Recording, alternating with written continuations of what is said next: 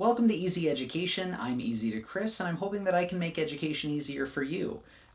This week we're in our second of the series on photography, and we'll be covering a little bit about Aperture. Last week we covered a bit on Shutter, so if you haven't had a chance to check out that episode, go ahead and go back, watch that episode, and then come back into this one. But Alice, why don't you go ahead and get us started for the episode today? All right, so we're diving into Aperture this week. The thing that actually controls how much of your world stays in focus. Last episode was about freezing motion or letting it blur. This one's about attention.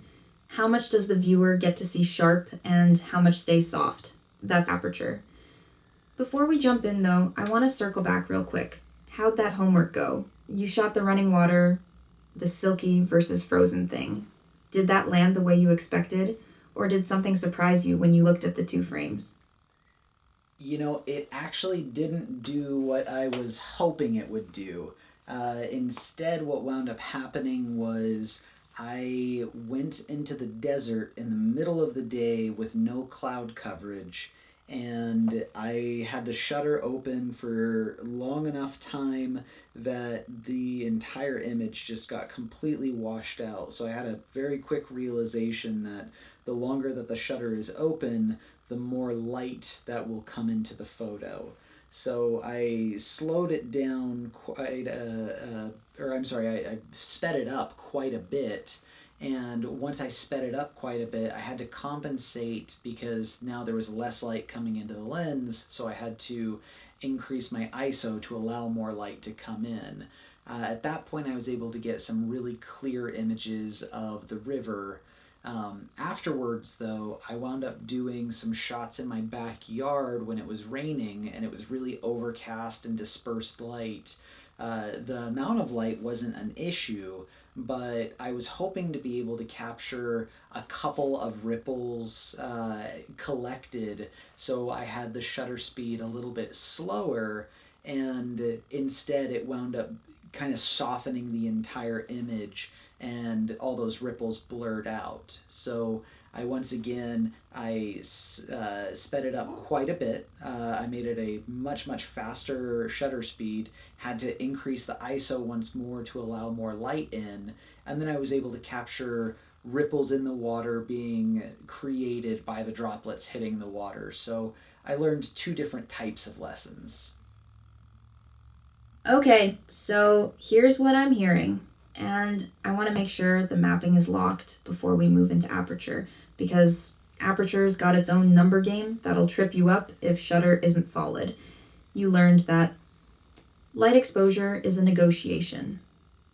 Slow shutter soaks in light, so in bright sun, you had to speed up to avoid blowout. Rain scene needed light, so you sped up the shutter and raised ISO to compensate. That's all correct reasoning, but let me ask you this cold, no second guessing. Fast shutter freezes motion. Slow shutter blurs it. When you... Hold on. I'm catching the TTS cutoff there. Let me restart that question clean. Fast shutter freezes motion. Slow shutter blurs it. When you slowed down that shutter in the rain to catch ripples, why did the whole image soften? What's the relationship between shutter speed and motion blur? So it wasn't a matter of capturing every single piece of motion, it was capturing the motion through time. So as the shutter was open, the ripple was both creating and dissipating, so I'm getting that entire blurred motion of however long the shutter speed was open. So I want to be able to have a fast shutter if I want to capture moments frozen in time, and I want to have a slower shutter if I'm trying to be able to create something smooth and glossy that indicates movement. Exactly. So the shutter speed is open for a duration of time, and anything moving during that duration gets recorded as a blur. The longer it's open, the more blur you capture. You nailed it. Fast freezes the moment, slow shows the journey through time. Now here's the thing I need to lock down before we hit Aperture. You said you wanted to capture the ripples frozen, so you sped up the shutter, but you also said the entire image softened when you slowed it down. That means The camera itself was moving, yeah? Hand holding it, or was it on the tripod? No, it was on the tripod, and the background that was completely stationary that stayed crisp and clear. The puddle that had the ripples of water was the only thing that actually blurred, but the entire puddle was moving throughout the time of the shutter being open. So I realized, okay, I'm capturing all that movement that's in the puddle. Right, so the tripod kept the camera rock solid, and the only blur you're seeing is the water itself moving through time, the ripples forming and dissolving while the shutter was open. That's the pure definition. Motion blur equals movement during exposure. You've got it locked. Now we can hit aperture clean, because aperture does something totally different. It doesn't care about motion at all. It cares about how much of the scene is in focus, front to back. So before I explain what aperture actually is, tell me this. When you shoot your wildlife work, those birds with the soft, creamy backgrounds, what are you doing to make that background go soft while the bird stays sharp?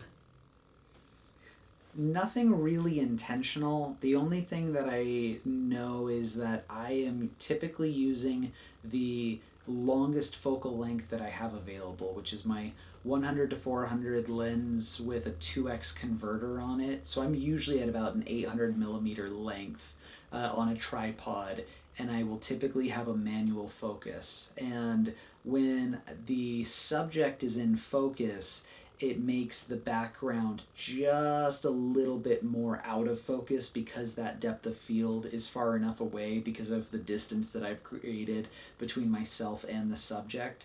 So it's all kind of happening automatically, and that's one of the things that I'm not really doing intentionally as much as I just have equipment that does it really well for me. Okay, so let me restart that. The audio is getting tangled up. Yeah, so you're using distance and a long focal length to push the background away, and it goes soft automatically. That's real, and it works. But here's the thing. You're also using a fast lens. That 100 to 400 with the 2x converter, you're shooting at what, f5.6, f8 out there? Even at those apertures, you're getting that creamy background. So you're doing something else too, and you might not be naming it.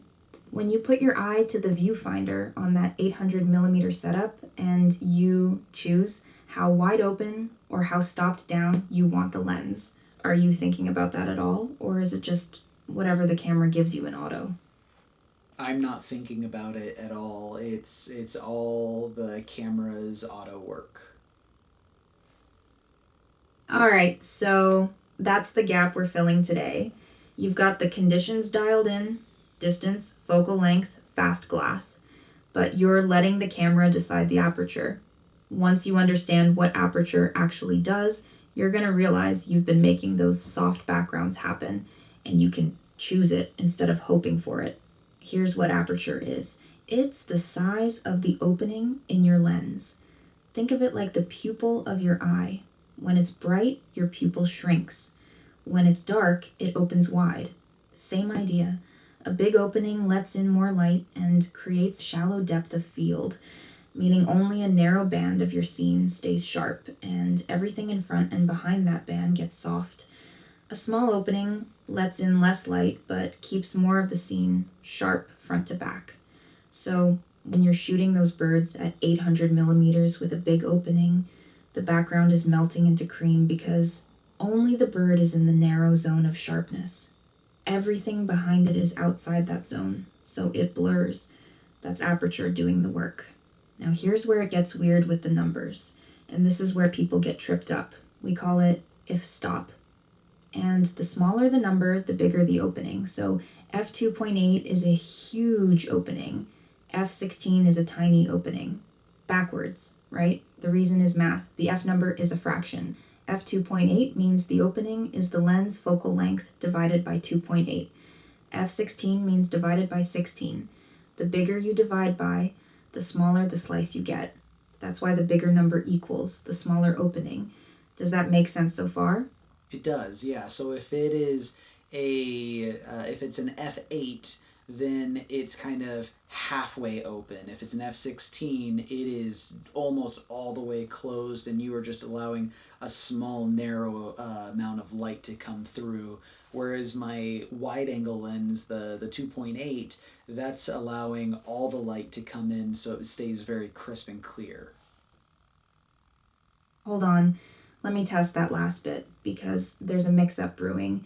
You said f2.8 keeps things crisp and clear, but we just talked about how a big opening, which f2.8 is, creates a shallow depth of field, meaning less of the scene is sharp, not more. So when you shoot your wide angle at f2.8, you're getting a soft background and a sharp subject. Not everything crisp. What were you actually thinking there? I was just misunderstanding. Yeah, that's fine. So let me restate it clean so we lock it. F2.8 is a wide opening, which means a shallow depth of field. Only a narrow band is sharp, everything else is soft. F16 is a tiny opening, which means a deep depth of field. More of the scene stays sharp front to back. Opposite of what you said, but now you've got it. Make sense? Yes, it does. Good. So now put it to work. You're shooting a landscape, say a desert with mountains in the distance. You want the whole thing sharp, rocks in the foreground, mountains in the back, everything crisp. What aperture are you reaching for and why? I'll want a larger aperture to help with crispness, but I will also need to compensate because it's not allowing as much light in. So I'll need to make sure that I can have good lighting in the middle of the day, or I can crank my ISO up to compensate. Wait, you just said you want a larger aperture for crispness. But we locked this a second ago. Larger aperture means shallow depth of field, which means less of the scene is sharp. I'm sorry. I mean a larger number, so like closer to an F16, not larger opening, but a higher number. I'm sorry. Yeah, there we go. So F16, small opening, deep depth of field, everything sharp, front to back. That's your landscape move. But now here's the trade-off. F16 is a tiny opening. In the desert at midday, you've got plenty of light, so that works. But what if you're shooting that same landscape at golden hour, when the light's getting soft and low? Now you've got less light coming through a tiny opening. What do you do? If you have the ability to switching over to something closer to an F8, so that way you can still maintain the sharpness, or you might need to increase your ISO with your F16 so that way you can allow more light to come through. Right direction, but let me push on the first one. You said F8 to maintain sharpness, but F8 is shallower than F16, so you're trading some of that front to back sharpness for more light. Is that an acceptable trade at golden hour, or are you giving up something you need? I would say I probably don't want to actually do that then. I want to keep my F16 and increase the ISO. There you go. So you're choosing to keep the depth of field you need, everything sharp, and you're using ISO as the lever to bring in more light. That's the trade-off. You're sacrificing image quality a little bit. Higher ISO brings noise, but you're keeping the composition you want. That's a real choice. Now flip it. You're shooting a single bird perched in a messy branch tangle behind it. You want that bird to pop, sharp subject, soft blurry background, so the viewer's eye goes straight to the bird. What aperture and why?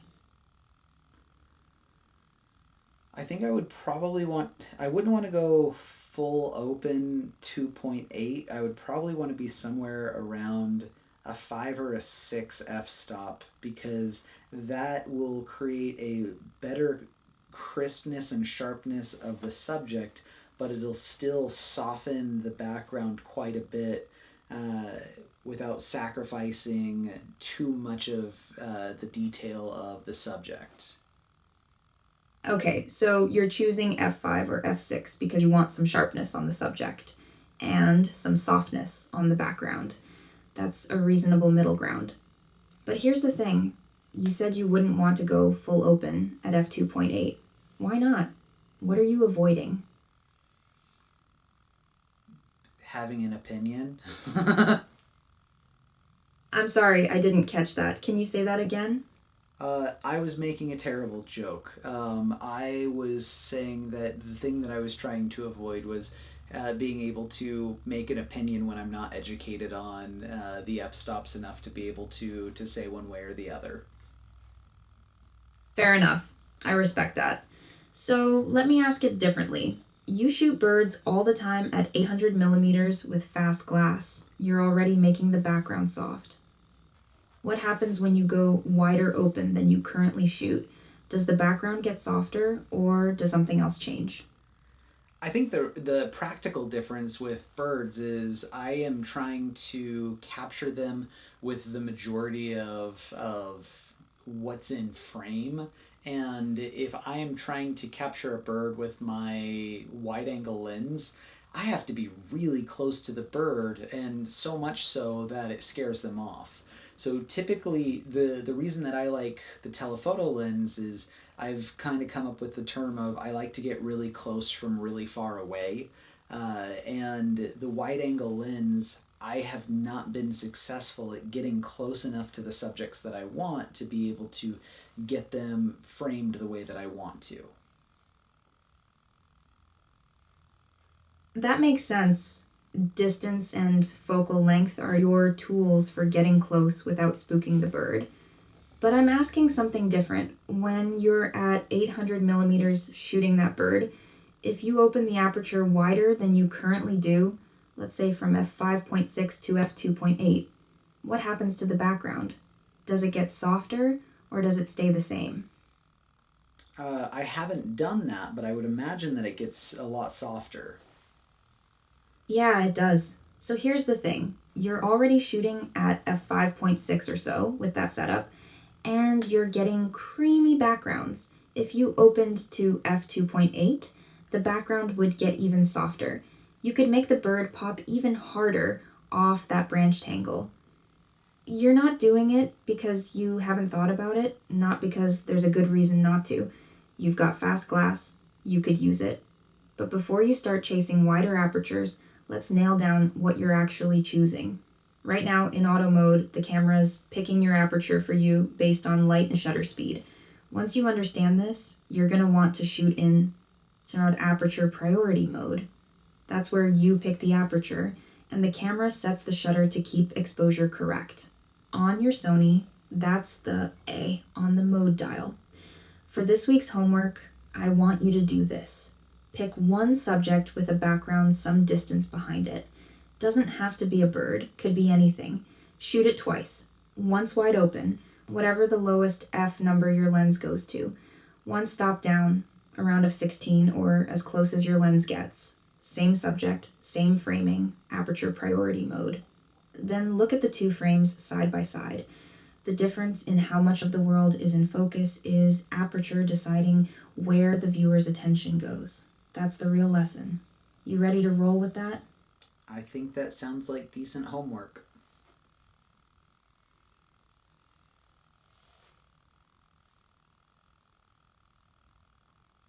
Yes.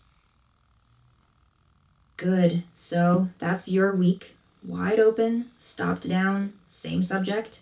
Bring both back and we'll look at what changed.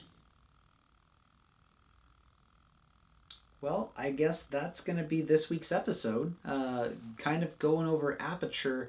If you are at all interested in being able to figure out more on how to have conversations with AI, Atlas here is actually Claude's Opus 4.8 model using extra reasoning, and it makes it so that way there's a lot of pushback, and as you guys can see, I am trying to like work through a lot of things that I don't know, and I'm trying to get a better understanding of. I really do think that being able to have these conversations with AI in a natural way allows you to have your own aha moments. If you think that this is going to be a beneficial series for you, do me a favor and subscribe and like to the podcast. It's available on all your favorite platforms. It's on Spotify, Apple, Amazon. The videos are also available on YouTube, or if you want to check out everything that I'm doing, including some of my photography, you can go to easytochris.com. If you have any friends or family members that would really benefit from learning a little bit more on how to interact with AI, send them a link to this podcast. Being able to share it really helps me out with the algorithm and pushing this out to a larger audience. And I really want to be able to keep creating this type of content for you guys. So until next week, keep it easy.